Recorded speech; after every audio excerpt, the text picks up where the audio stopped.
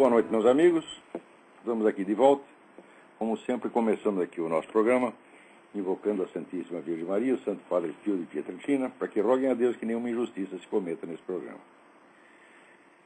Vou começar aqui, gente, eu recebi aqui uma carta da minha amiga Mina Seifeld Karakushansky, que por sua vez recebeu do seu amigo John Winter, do Zimbábue, uma carta absolutamente desesperada sobre a situação no Zimbábue. Então, vocês não podem esquecer que o senhor Robert Mugabe foi posto no poder pela esquerda internacional, movimentos comunistas, socialistas, etc. Toda essa gente ajudou o sujeito a chegar lá. Agora ele está lá fazendo uma devastação no país, matando gente a 3x2, e ninguém faz absolutamente nada, né? De vez em quando sai aqui um protestinho pro forma, né, de algum governo, da ONU, mas é coisa assim absolutamente inócua. O sujeito diz aqui, olha, eu reconheço que, John Winter diz o seguinte, eu reconheço que são os últimos dias da União Africana Nacional do Zimbábue e do Partido Federal Progressista, PF, que são os partidos governantes do Zimbábue. Mas a hora mais obscura é a hora antes do amanhecer.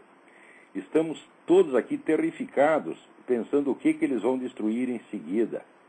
Eles estão destruindo casas, às vezes com as pessoas dentro. Ele diz aqui, o que está acontecendo aqui é um genocídio. E se as pessoas não me acreditam, leiam o relatório de genocídio da Anistia Internacional, que diz que nós estamos lá no nível 7. Nível 8 de um genocídio é depois que aconteceu e não há mais nada o que fazer. Eles estão no nível 7 porque ainda está acontecendo. Né? Esse governo ficou louco e nós precisamos que vocês nos ajudem a divulgar o que está acontecendo. É um negócio medonho. Quer dizer, vocês, por favor, mantenham-se informados sobre essa coisa do Zimbábue. A carta é realmente desesperada. Mas, olha, cartas desesperadas não adiantam nada, a não ser quando elas vêm do grupo politicamente correto que está sendo, vamos dizer, protegido pela ONU. Aí sim adianta. Porque, por exemplo, eu passei minha vida lendo cartas desesperadas de prisioneiros cubanos. Né? Nunca adiantou nada, nunca ninguém quis dar ouvido a eles, é como se não existissem. Tá certo? Do mesmo modo como no Brasil não existem essas pessoas que foram vítimas do terrorismo, que pessoas que morreram, tiveram a perna arrancada, que perderam pai, perderam mãe. Os vítimas do terrorismo não existem, aquilo tudo, essas pessoas não são gente. Quer dizer, é a exclusão total. Você não tem direito à voz, você não tem direito a voto, você não tem direito a protesto, você não tem direito a reparações, você não tem direito a um olhar de piedade, você está excluído da humanidade. É isto que esta esquerda faz com as pessoas que ela mata, que ela destrói. É importantíssimo lembrar o seguinte, o pessoal esquerdista, comunista, vive se fazendo de coitadinho, dizendo que foi perseguido, que a direita malvada quer matar eles, etc. Ora, vocês façam as contas, por favor. Tá certo? Vocês viram que ninguém no mundo matou mais comunistas do que o governo da União Soviética, da China comunista, dos países comunistas da Europa Oriental, tá certo? Do Camboja, do Vietnã, da Coreia do Norte e de Cuba. Soma o número de comunistas que essa gente matou, dá 100 vezes mais do que todos os governos de direita somados no mundo puderam matar algum dia. Quer dizer, o que é Pinochet, por exemplo? Pinochet, dizem que matou 3 mil comunistas. Eu digo, olha, o Fidel Castro matou mais de 100. Segundo o livro negro da Revolução Cubana, que é uma coisa mais bem documentada que foi feita até hoje, chega a 100 mil o número de vítimas do regime Fidel Castro. Desses 100 mil eram todos reacionários, direitistas? Não, metade deles eram comunistas, gente que participou da Revolução. Quer dizer, é claro que comunista é psicótico, o comunista não é uma pessoa normal. O sujeito que não percebe de onde veio o perigo, quer dizer, o perigo está vindo dele mesmo, da sua patota, tá certo? E ele está com medo dos outros, achando que os outros são assassinos e querem matá-lo, você está evidentemente louco. Né? E isso aí é universal, universal. Não tem um único comunista que perceba o perigo que ele corre dos seus próprios companheiros. Sempre está achando que são os outros. E, na verdade, acaba sendo morto pelos seus próprios companheiros. Né? Agora, aqui, hoje temos essa notícia terrível, esperada, mas terrível, de que a Suprema Corte, os 9 velhinhos, pularam fora de examinar o caso do Donofrio, né?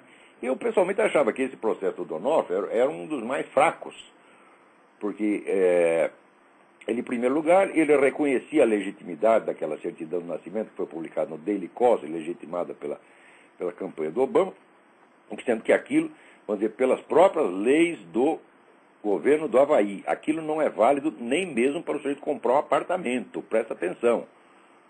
Tá certo? Também não é válido para tirar uma licença de motorista no próprio Havaí. Eu publiquei isso no meu site anteontem. Está lá com os vamos dizer, as fontes do governo do Havaí, tudo mais. Quer dizer, no Havaí, aquela certidão não vale absolutamente nada. Você tem que apresentar a certidão original. Além disso, toda essa discussão ela foi viciada desde o começo, porque o pessoal se fixou na questão da nacionalidade do Obama. Eu digo, mas a nacionalidade é um detalhe no conjunto.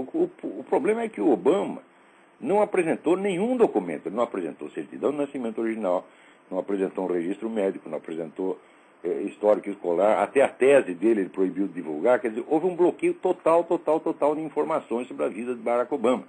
No mesmo instante que o cara está se exibindo por tudo quanto é lado, dizendo: eu sou o enviado de Deus, eu sou o gostoso, eu sou a salvação da humanidade, eu vou mudar o mundo, né, e vocês vão receber uma mensagem. Ele disse literalmente que vocês vão receber, vamos dizer, uma voz do profundo da sua alma, uma voz vai descer do céu e dizer para você tem que votar no Barack Obama. Quer dizer, o sujeito que se exibe por todo lugar, se pavoneia, tá certo? Ao mesmo tempo que esconde a sua vida como um rato, é claro que é um sujeito suspeito. O problema da nacionalidade é só, vamos dizer, uma consequência, uma decorrência, né, dessa falta de documento. Mas o problema principal é a falta de transparência do sujeito. O cara simplesmente não pode se candidatar a presidente e esconder a sua vida toda. Então, esse é que era o problema. Mais ainda, o certificado de alistamento militar dele, esse é obviamente falso. Isso aí não tem nem como discutir, porque o certificado está datado, né? Tem lá uma data, e a data de impressão do formulário é de mais de 10 anos depois. Então isso aí está na cara que é falsificado. Então é evidente que o Obama é um impostor, tá certo? É evidente que a vida dele toda está escondida. E era nisso que tinha que se ater, e não nesse detalhe da nacionalidade. Tá certo? Mesmo porque a questão da nacionalidade pode ser discutida. Ele teria até uma certa margem, né, para alegar cidadania americana, mesmo tendo nascido no Quênia ou no Raico Park. Quer dizer, esse não era o problema principal. O problema principal é que o sujeito é um impostor mesmo. E que, note bem, até hoje saiu no UOL, no próprio UOL, uma entrevista, imagine quem? Noam Chomsky. O Chomsky dizendo que a eleição do Obama não foi democrática, foi uma escolha ditatorial. Quer dizer, o negócio foi imposto. O Obama tem que ser eleito de tudo quanto é jeito, e para isso nós vamos esconder tudo, não pode falar da vida dele, não pode levantar nada do passado do sujeito, não pode levantar nenhuma suspeita sobre ele, bloqueia tudo, bloqueia todos os documentos, bloqueia todos os fatos, tá certo? E ao mesmo tempo cria esse entusiasmo pseudo-religioso, místico em torno do cara. Claro que isso aí foi uma manipulação ditatorial. É claro que o eleitorado não teve acesso às informações básicas sobre o sujeito. Quer dizer, e a primeira delas, a pergunta básica é a seguinte: não é a nacionalidade. O problema é o seguinte: por que um príncipe saudita, que é notório, né, financiador de terroristas, tá certo, mandou o representante dele, na América, procurar um jovem chamado Barack Obama e oferecer para pagar todos os estudos do cara em Harvard? Por que logo este jovem? Quer dizer, se o sujeito não está cumprindo nenhuma tarefa num esquema internacional a serviço desses camaradas, por que ele foi escolhido? Ele foi ungido, foi uma mensagem de Deus, né? Assim como o eleitor recebe uma mensagem do céu dizendo: você tem que votar em Barack Obama, o príncipe saudita recebeu, né, uma mensagem do céu, o anjo Gabriel, e disse para ele: você tem que mandar uma grana para o Barack Obama. Não tem uma época que ninguém sabia que era Barack Obama, quando o moleque tinha 18 anos. Como é possível isso? Isso aí é esclarecido. Né? Além disso, eu estive vendo outro dia no YouTube os debates que houve entre o Barack Obama e o Alan Keyes para a eleição ao Senado no estado de Illinois. E o Alan Keyes, ele cobra muito o Barack Obama pelo aspecto religioso, né? o que não é, aliás, uma boa estratégia, mas é o que ele fazia. Né? E não se pode negar da sinceridade do Alan Keyes no caso. Mas o Barack Obama responde assim: eu não preciso do senhor Alan Keyes para me dar lições de cristianismo, porque eu tenho o meu pastor. Né? Ora, mas se em 2004 ele já tinha o pastor dele, como é que ele pode depois, anos depois, dizer que não sabia o que o pastor estava falando na igreja, ele não ouviu nada? Quer dizer, você vê dando uma hipocrisia, assim, parece criança. Né? Quer dizer, você vê, o Bill Clinton, que é um criminoso, né? Ele, comparado com Obama, é de uma sinceridade, é de um sincerismo quase obsceno. Não é isso? Porque aquele negócio da Mônica Lewinsky, por exemplo, né? Ele disse, eu não sabia que sexo oral era sexo. Mas ele pelo menos reconheceu que a mulher fez sexo oral nele, né? Agora, o esposo Obama disse, não, eu não estava nem lá, tá entendendo? Eu esqueci o pinto lá, ela pegou por em cima da mesa, eu não estava lá, não sei nada, tá entendendo?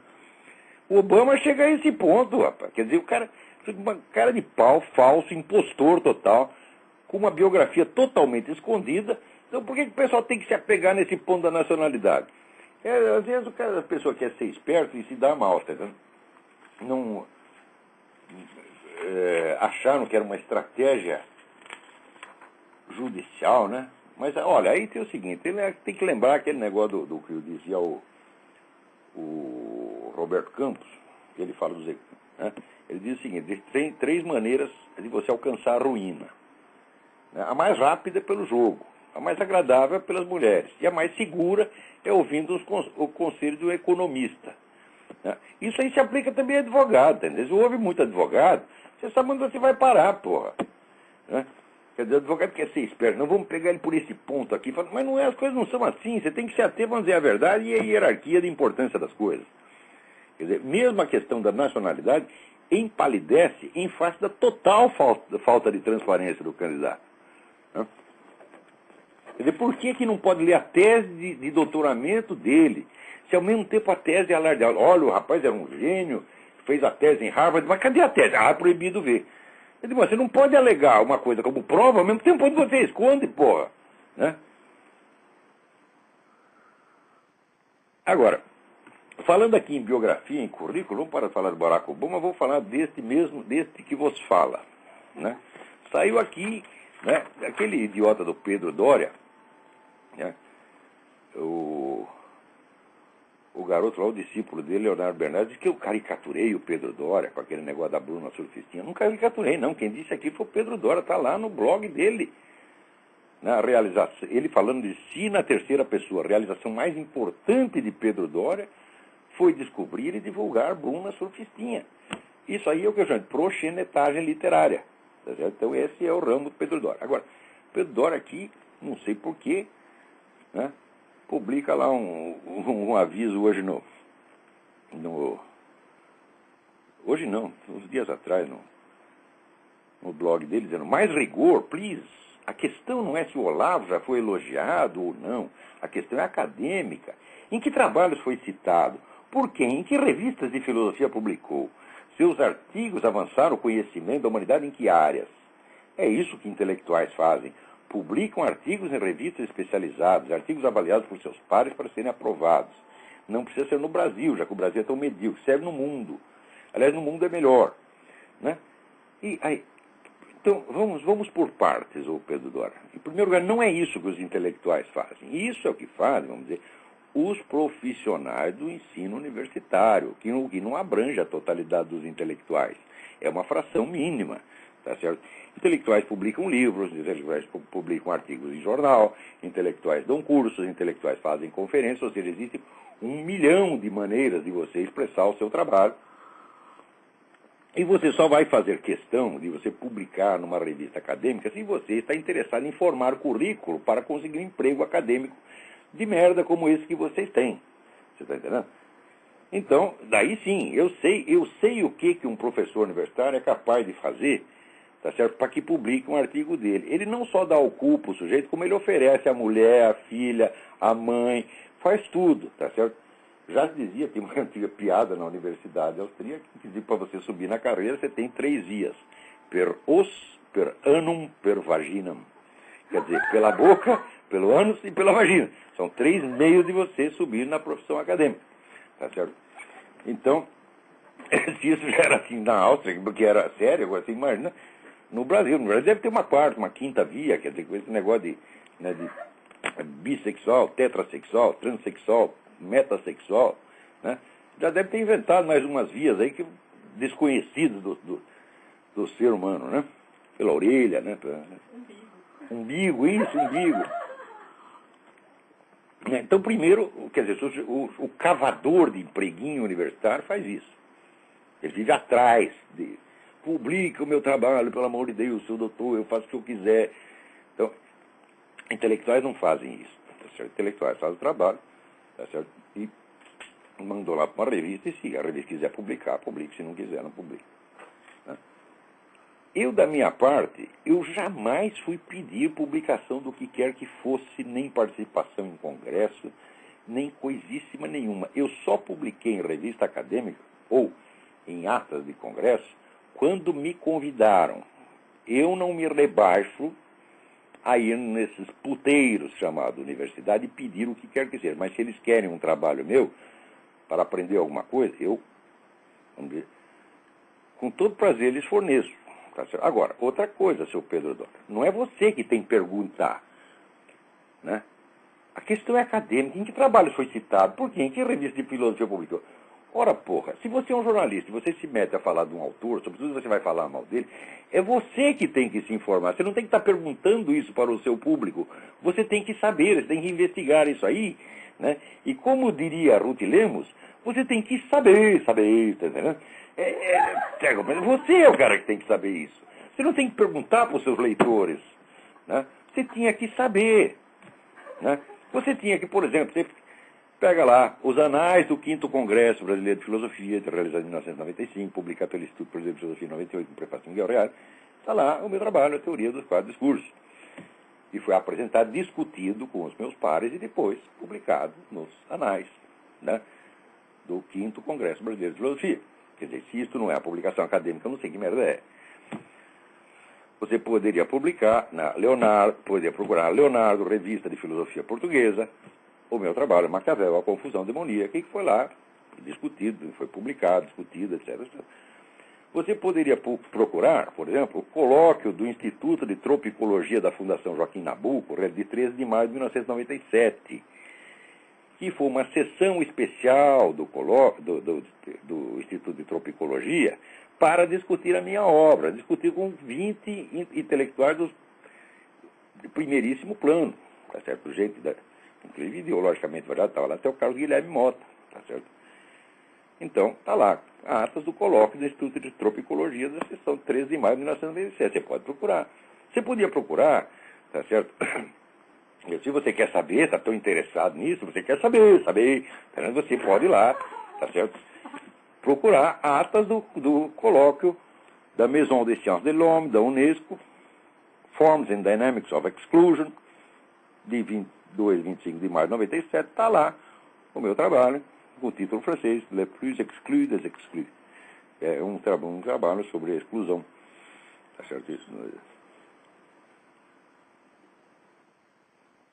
Você poderia procurar várias. Olha, tem lá as atas do Congresso Planetary Articulation, The Life, Thought and Influence of Eugen Rosenstock Hussey, né, publicado pela Millikan University em 2002. Tem o meu trabalho sobre o Alto Maria Karpov, publicado pela revista da Universidade de Dartmouth, que é a universidade mais respeitada aqui na área das ciências humanas e letras.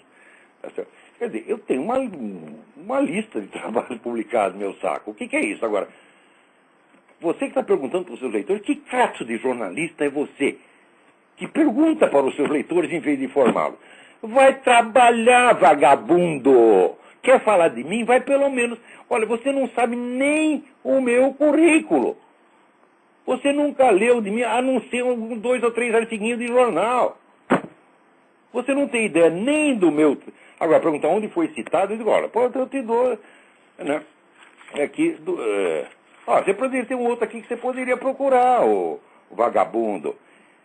Handbook of the First World Congress and School on Universal Logic. Esse foi o maior congresso de lógica já realizado no planeta Terra, pela Universidade de Montreux, na Suíça. Onde eu fui lá, não fui pedir, eu quero participar. Fui convidado pelos organizadores, Jean-Yves Béziot e Alexandre Costa Leite. Alexandre Costa Leite é o maior lógico brasileiro atualmente, tá certo? Então, um homem como Alexandre Costa Leite chega humildemente para mim, só professor, o senhor pode apresentar o seu trabalho, é uma coisa muito importante. Agora vem esse bosta desse Pedro Doria, desse Leonardo Bernardo Gonçalves, sei lá que merda que é, falando de cima, né? Esse menino, esse Leonardo é tão louco, né? Que ele diz que eu estou intimidado com as realizações dele. Isso a poucas linhas depois de dizer que ele não tem realização nenhuma. O menino é biruta, evidentemente. Né? Então, essa gente vem assim, não é come mortadela, rota peru, come merda, é a rota filé mignon. A rota, tá certo? Aquele pato numerado do Tour d'Argent em Paris. Sabe aquele pato que você tem que se inscrever com meses de antecedência? Um pato que tem um número para cada pato, né? É o restaurante fundado por Luís XIV, né? Então, o nego come merda e arrota um pato do Tour d'Argent, você está entendendo? Então, olha aqui, o Pedro Doria, vai trabalhar, vagabundo. Se você quer escrever a meu respeito, não faça perguntas aos leitores. Procure você e informe-se. Está entendendo?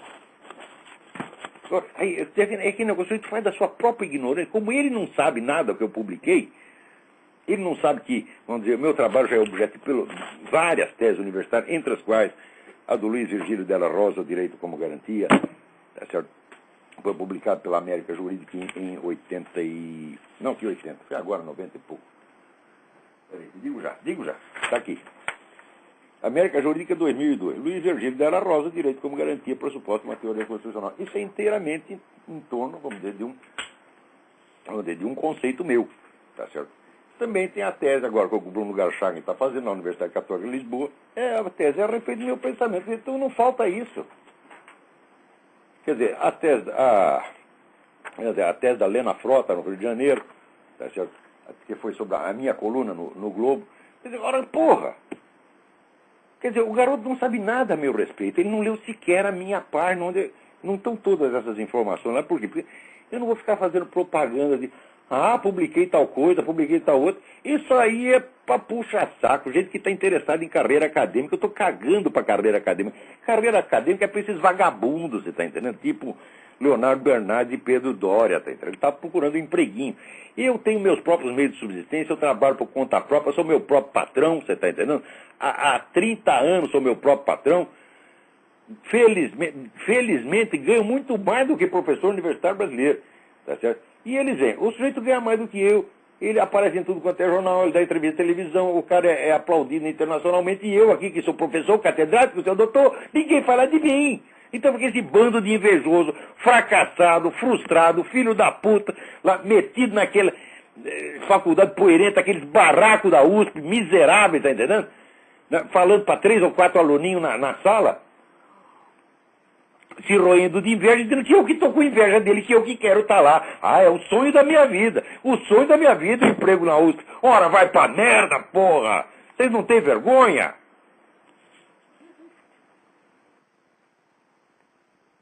Então, eu só apareço nesses lugares quando me convidam. Vou por educação e caridade. Tá certo? E mesmo assim, ó aqui, se você quer a lista, essa lista para mim não diz nada. Para você, se você tem 2, 3 trabalhos publicados, é o tesouro da sua vida. Para mim isso é merda, rapaz. O filósofo não se julga por isso, não. O filósofo se julga pelo conteúdo. Olha, vou te contar uma coisa. Você gosta de Nietzsche? Deve gostar. Toda essa molecada da sua geração gosta de Nietzsche. Nietzsche jamais publicou trabalho acadêmico, revista acadêmica, nenhum único. Quando ele publicou A Origem da Tragédia, foi porque o amigo dele, o Jacob Burckhardt, o historiador, que havia arrumado emprego para ele lá, como uma sinecura, depois de anos falou, ô Fritz, publica algum negócio aí, porra, tá dando na vista, tu tá aí faz 20 anos, não publica merda nenhuma, então, pelo menos um livrinho, né? Então daí publicou A Origem da Tragédia, né? Que era um trabalho de filologia, aliás, todo furado, tá entendendo? e foi lá o Wilamowitz Moellendorff, acabou com aquilo, entendeu? Karl Marx jamais publicou uma linha em revista acadêmica. Ele publicava naqueles jornaizinhos de agitação, de agite próprio na Alemanha, e escrevia para jornais americanos. Ele era eminentemente um jornalista. Tá certo? Então, vou te contar outra. Não é só esses vagabundos, não. Né? Xavier Zubiri. Xavier Zubiri é uma das glórias do pensamento mundial. Xavier Zubiri é quase um novo Santo Tomás de Aquino. Xavier Zubiri nunca publicou nada em vida. Por quê? Porque teve o problema da Revolução, né? Ele já se dava mal com o governo anterior, o governo republicano. Depois se deu mais mal ainda com o governo fascista. Foi para casa, continuou lecionando em casa. As coisas dele só foram publicadas depois de morto. Então, quando o sujeito não tem condições pessoais de avaliar o trabalho, então ele tem que se ater a indícios externos. Quem foi que falou dele? Qual é o cargo dele? Isso é coisa para analfabeto, isso é coisa para público. Um filósofo sabe julgar o trabalho de outro filósofo. Ora, por exemplo, Alexandre Costa Leite, um dos homens mais competentes do Brasil. Olha, verdadeira projeção internacional, só um filósofo brasileiro teve, que foi Miguel Reale.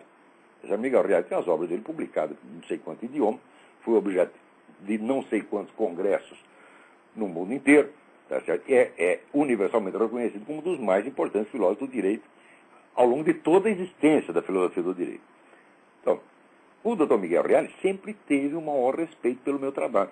E se eu participei do 5º Congresso Brasileiro de Filosofia, não foi porque eu fui lá pedir o baixante. Doutor Miguel, deixa eu entrar. Eu não sou assim. Eu não sou puxa-saco nem chupador de pica, meu filho. Eu sou Olavo de Carvalho, esse é o meu currículo. Doutor Miguel veio pedir. Eu soube daquele seu trabalho sobre Aristóteles, li alguma coisa a respeito, aqui não é uma coisa importante, por favor, apareça no Congresso. Apareci. Tá certo? E está lá publicado nas atas. Do mesmo modo, quando fui lá na Maison des Sciences de l'Homme, não fui eu que fui pedir. Foi o ministro da Cultura que veio pedir. Jerônimo Moscato foi me pedir, convidou, eu não sou um cara mal educado, eu vou. Eu falo em qualquer lugar. Note bem, se tem aqui, Clube dos Sargentos da PM do Estado da Paraíba. Convidou para falar, só não vou se eu não puder, mas se eu puder eu vou. Tem aqui, Grêmio do ginásio do Vila Nhocunyé. Eu vou lá e falo. Agora, temos aqui, First World Congress and School of Universal Logic. Convidou? Eu também vou lá. Para mim é tudo a mesma coisa. Para mim é público, eu respeito todos igualmente, gosto de todos, converso com todos, e não fico esfregando o currículo na cara de ninguém. Por quê? Porque eu tenho o currículo, meu filho. Você, quando tiver 10 mil vidas, você não vai ter feito o que eu fiz. Você está entendendo? Vai lá, continua puxando o saco dos outros para publicar essas merdinhas que você publica sobre vida de puta, está entendendo? E para fazer de conta que você é um cara importante, você é relações públicas de puta, meu filho. Que isso que você é? Isso é progenitagem literária, é o que tu faz, sem desfazer da Bruna, né? Né? Eu jamais posso falar mal das prostitutas. Olha, na minha remota juventude, que eu era um sem vergonha, eu devi momentos maravilhosos a essas criaturas. Jamais posso falar mal delas. Tá certo? Elas me receberam a preços módicos, às vezes de graça, tá certo? Gostavam de mim, né? Convidava também, aí eu também ia por convite. Tudo isso aconteceu. Eu seria o último a falar mal das prostitutas. Tá certo? Então, sem desfazer da Bruna, que deve ser excelente pessoa, tá entendendo? Não tenho nada contra você não, Bruna. Agora, esse negócio que você conta do bordel, tá, isso aí pra mim não é novidade, tá entendendo? Eu já estou com 61 anos, né? Tenho uma vasta vida de realizações intelectuais e de putarias, tá certo? Essas últimas, felizmente, já encerradas. Né? Senão minha mulher me bate, ela está aqui me olhando feio. Eita vida!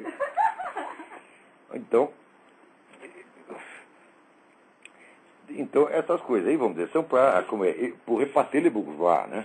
Quer dizer, para assustar o burguês. Né? O burguês vê aquelas... Se bem que hoje em dia não existe mais nem esse burguês, né? Quem é que vai se escandalizar com revelações de bordel hoje em dia? Faz favor. Os garotos estão dando cu nas escolas, chupando pica de professor, porra. Eles vão... Ah, olha o que aconteceu no bordel. A mulher deu. Que coisa mais ridícula. Né? Então o sujeito vive de forjar um escândalo em torno de uma coisa que não existe. Né? Então, isso aí de ficar cavando lugarzinho em revista, meu filho, é para você está entendendo? Então, para mim, me basta o que eu fiz, tá certo? E o que eu fiz é divulgado sempre na seguinte ordem. Primeiro, eu falo nos meus cursos. Depois, às vezes, eu transformo numa apostila. Outras vezes, não, fica apenas a gravação. De tudo o que se falou lá, uma parte ínfima é publicada, às vezes, como livro, tá certo? E, às vezes, alguns artigos são escritos para exemplificar coisas que eu falei no curso. De modo que o artigo considerado em si mesmo, claro que ele tem o seu significado, mas se você souber a respeito do que eu estou falando, se você estiver assistindo os meus cursos, você vai entender melhor. Se somar todos os cursos que eu dei, transcrever tudo, dá umas 20 mil páginas no mínimo, no mínimo, no mínimo. Não estou fazendo questão nenhuma de que isso seja publicado em vida, tá certo? Porque eu sei a durabilidade do que eu fiz, meu filho. Tá certo? Então, não tenho nenhuma pressa, não estou me promovendo em cima disso, não preciso disso, tá certo? Eu não estou lá concorrendo, não quero ser catedrático da puta que eu parei, estou um pouco lixando para isso. A minha exclusão do establishment universitário é voluntária e irreversível, só vou temporariamente quando me convido, tá certo? Se for alguma pessoa, aí se é para lecionar, então aí precisa ter um motivo sério, tá entendendo? Tem um professor da Universidade Católica do Paraná, que eu fiquei lá 3 anos, tá certo? Eu fui porque era uma pessoa muito gentil, pessoa muito amiga, e por quê? Porque no Paraná, quando eu comecei a dar os meus cursos particulares no Paraná, eu notei que os estudantes paranaenses eram diferentes dos outros.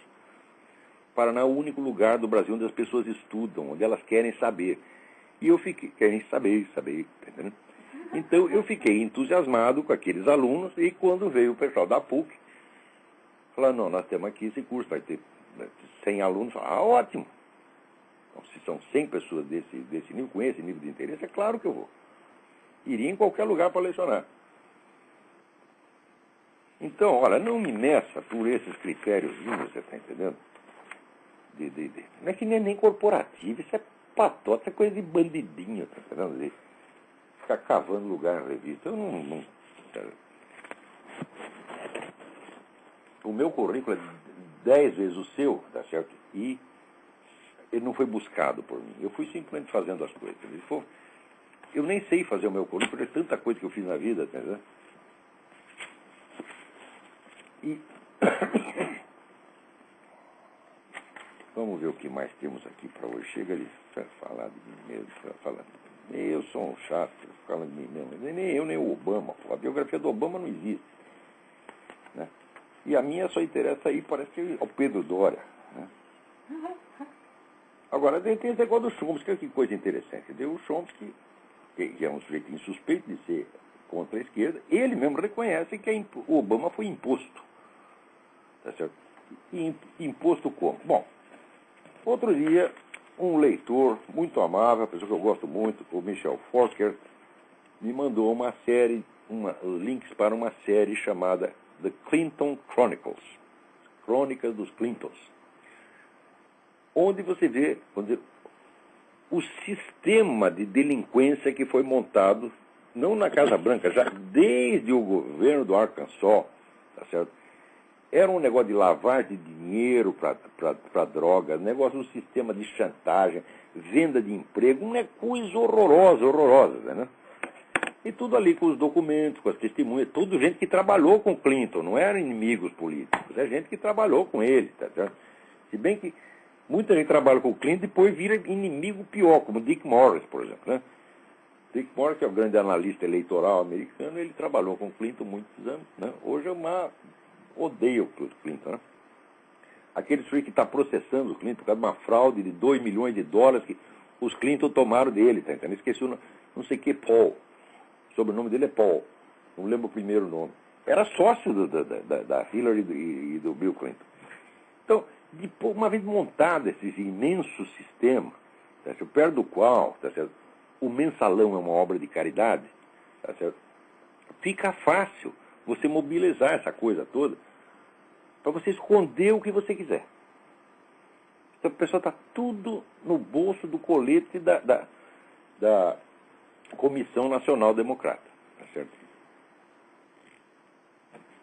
Muito bem. Agora aqui. Associações de homossexuais italianos se manifestam contra o Vaticano. Entre 200 e 300 pessoas se manifestaram nesse sábado na Praça de São Pedro para protestar contra a decisão do Vaticano de não apoiar na ONU a proposta da França em favor da descriminalização universal da homossexualidade. Ora, você não apoiar uma proposta não quer dizer que você, uma proposta de descriminalização não quer dizer que você seja a favor da criminalização. Não quer dizer absolutamente. Tá certo?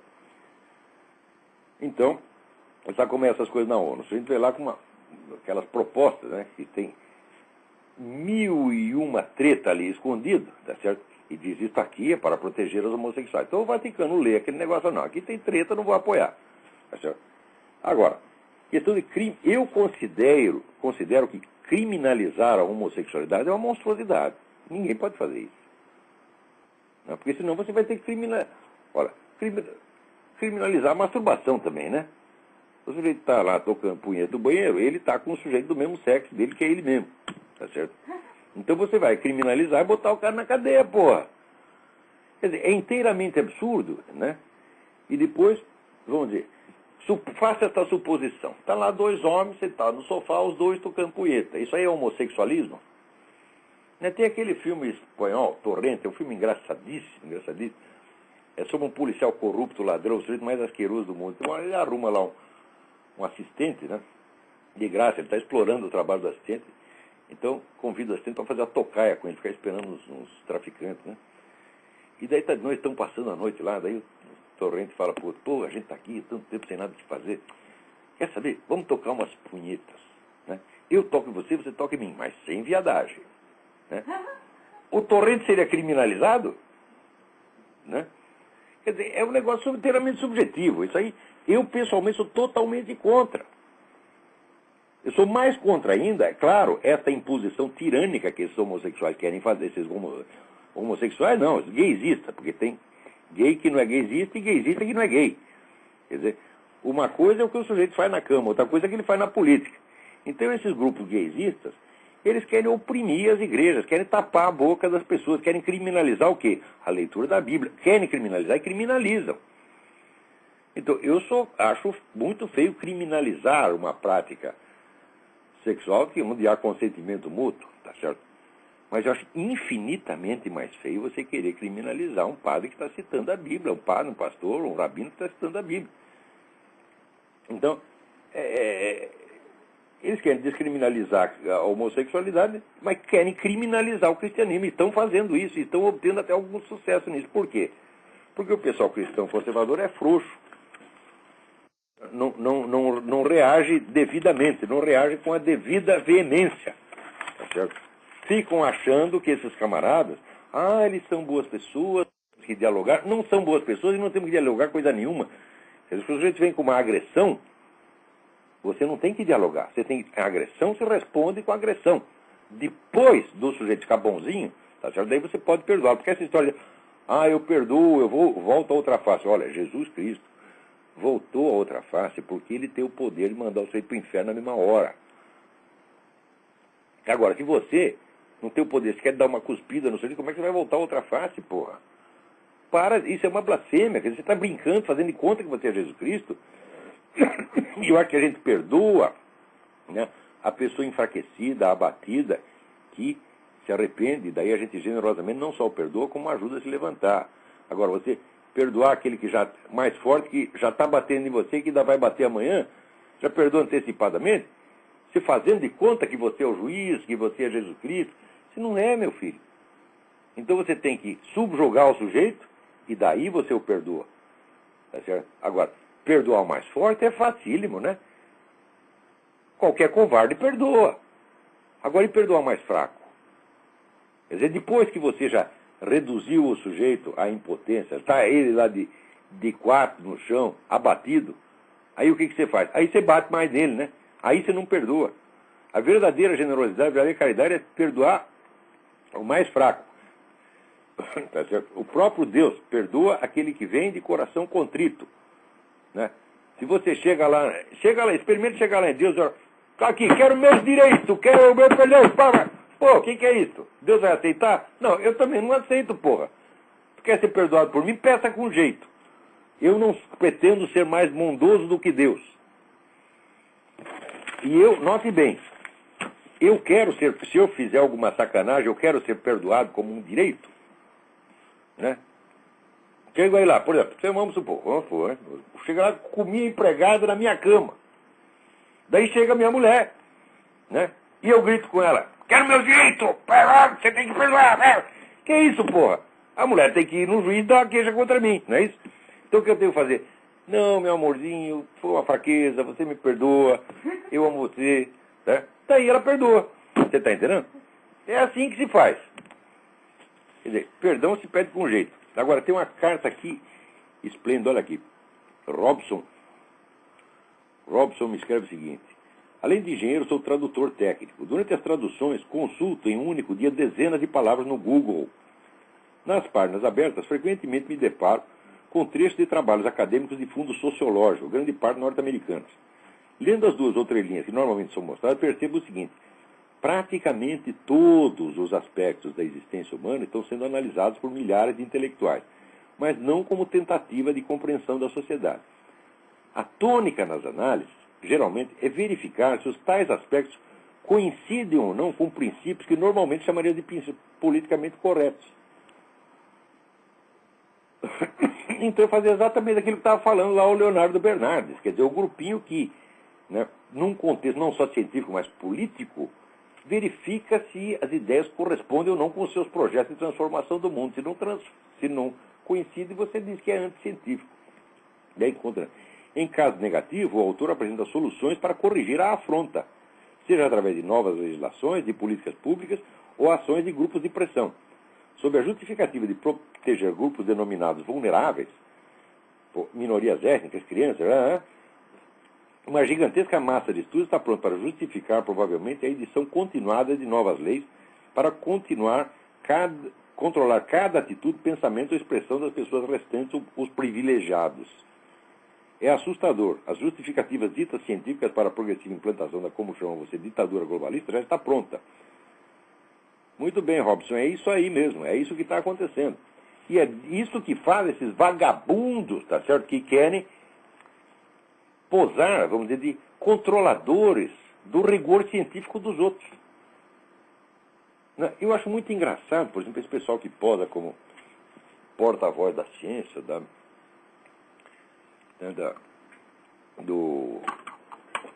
autoridade acadêmica, etc. Porque, por um lado, né, eles chegam para você, por exemplo, nessas discussões sobre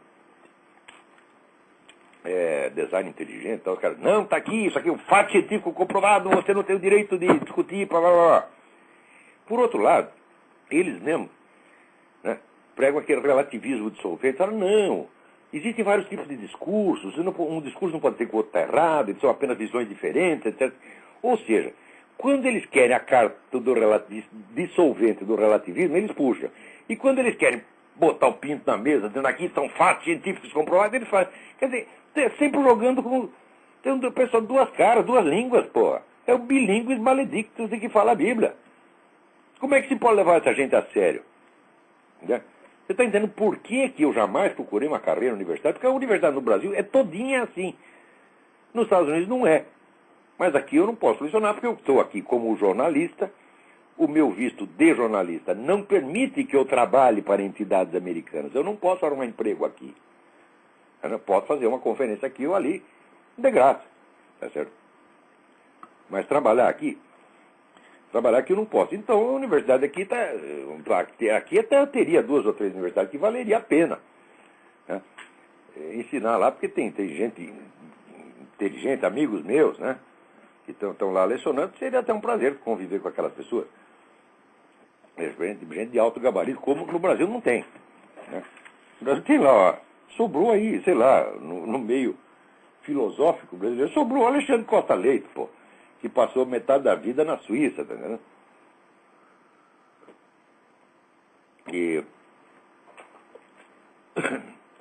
Então, Obama seria interessante, talvez, citar mas legalmente eu não posso. Tá certo? Agora, no Brasil, não é que eu não posso, eu nunca quis. Eu só fui quando tem algum motivo especial para ir. Você está entendendo?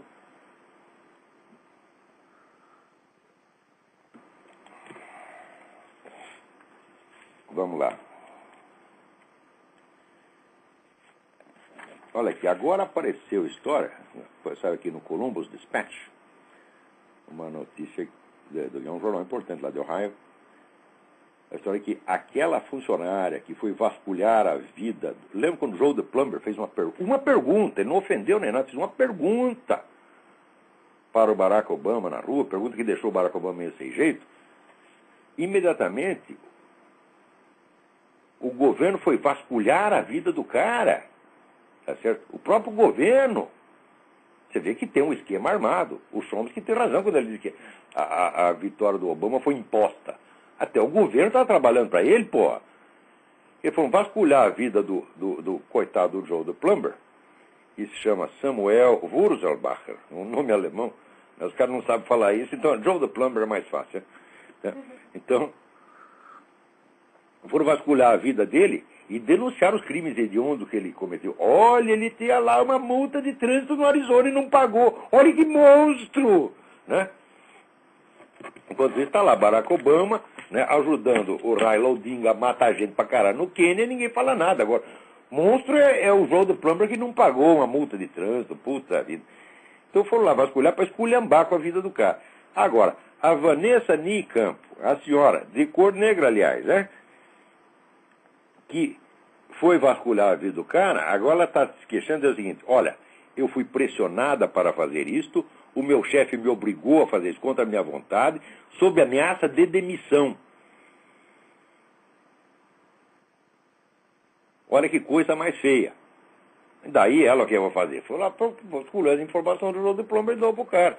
Mas ela, muito corajosamente, né, agora está aí indo para a mídia. Agora, veja que coisa, agora que o Obama foi eleito, etc., a mulher está lá contando, olha como é que eles ganharam a eleição. Foi com essas coisas.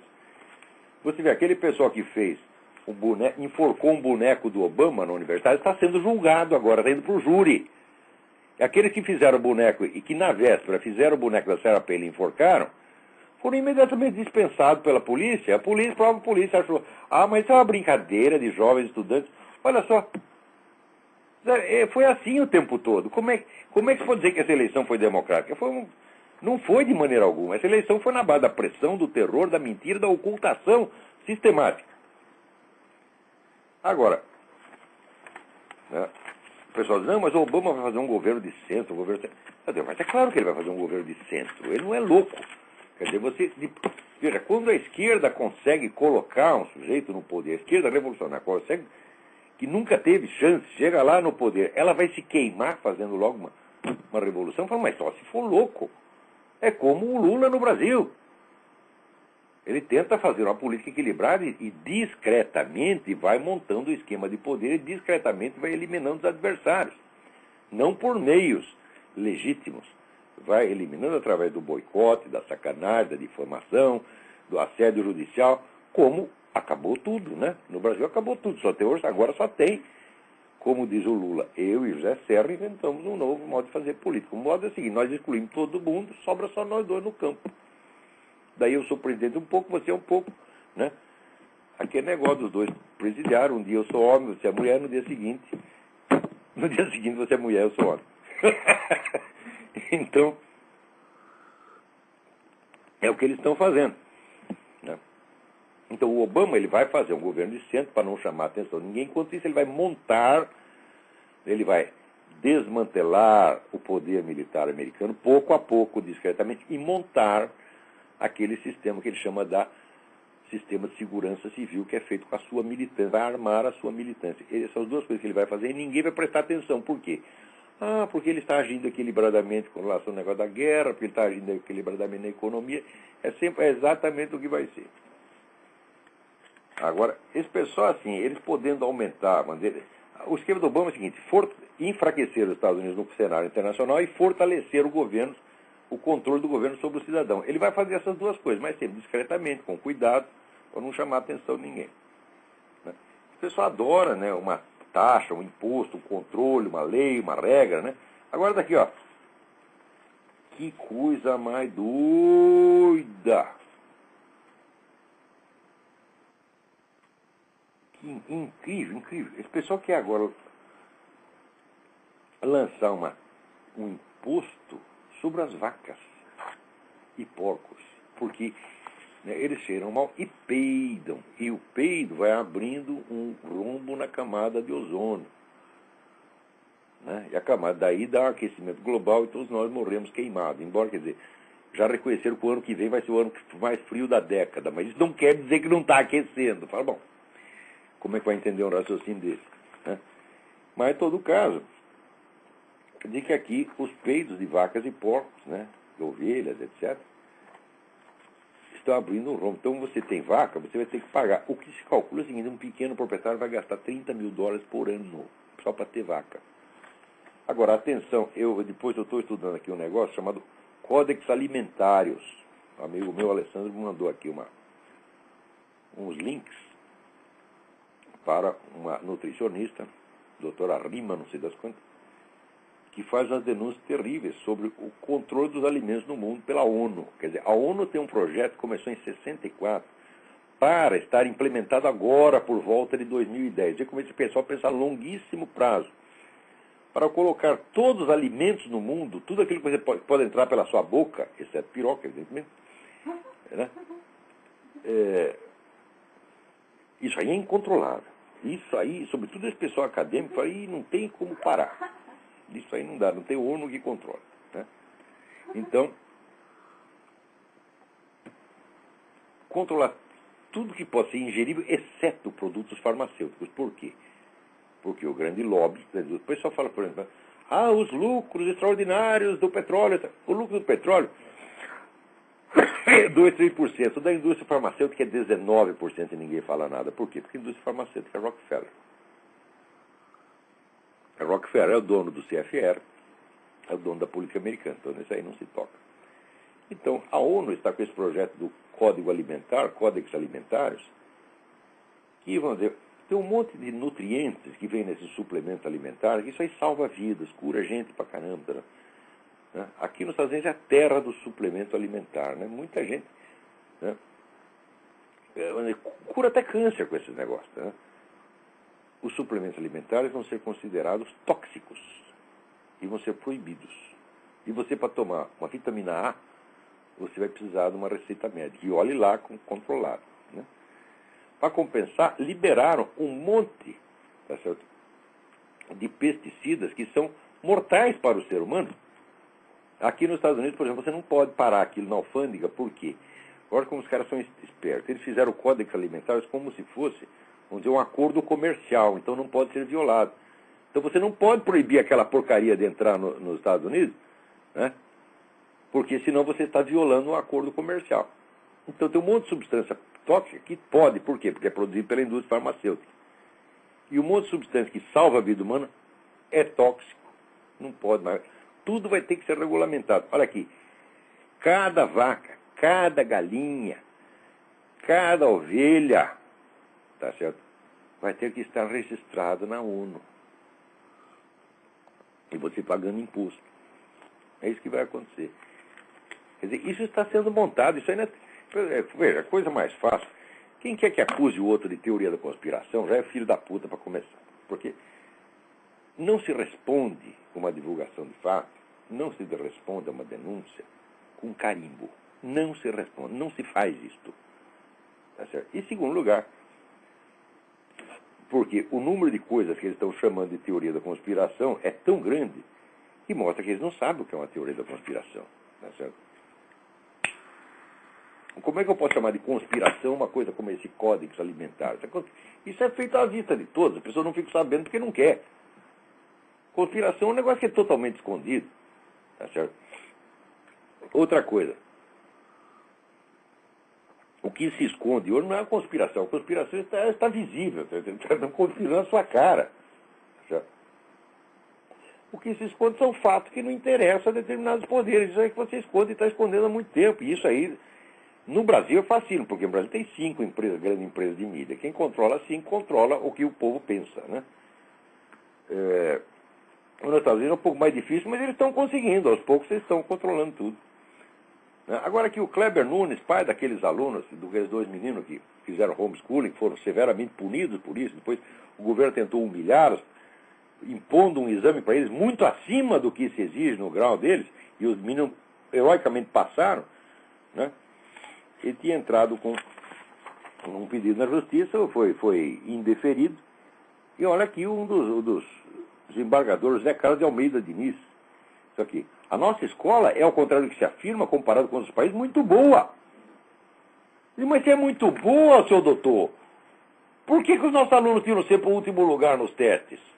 Ela é muito boa para quê? É boa para arrumar emprego para vagabundo. Tá certo? E é boa para o Estado controlar as criancinhas. Para ficar ensinando o quê? O que esse seu tinhorão quer ensinar? Vai lá dar pica de borracha para os meninos brincar. Que isso é um tarado, esse seu tinhorão é um tarado. Tinhorão é um temporão. Tinhorão era um crítico musical comunista. Tinhorão era comunista, mas, porra, Tinhorão jamais que nem viu um pinta de borracha, porra. O que o Tinhorão vai fazer com um pinto de borracha, porra? Tem sentido. Né? Agora, o temporão não. Ele tanto gosta de pinto de borracha que ele quer que todas as criancinhas tenham um. Vai espalhar isso na escola. E isso que ele chama de escola boa. Ora, porra. Ih, nosso tempo está acabando. Tem alguém aí na linha? Então, hoje o telefone parece que não funcionou. Estou aqui.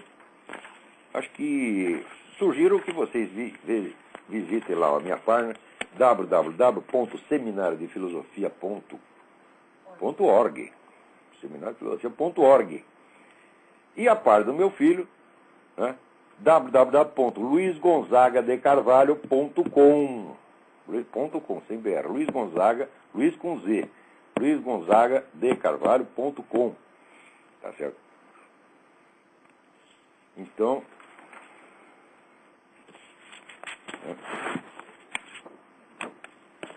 acho que por hoje é isso aí. Fica lá a recomendação, o seu Pedro Doria. Jornalista não faz pergunta para o leitor. Jornalista investiga e informa o leitor. Tu quer o meu currículo? Uma parte do meu currículo para português está lá na minha parte. Se tem, pergunta para mim. Você não tem meu e-mail? Pergunta lá, senhor Lavo, onde o senhor publicou? Te informo com todo prazer. Tá certo? Agora, enquanto você não faz isso, te dou uma sugestão. Vai tomar no cu.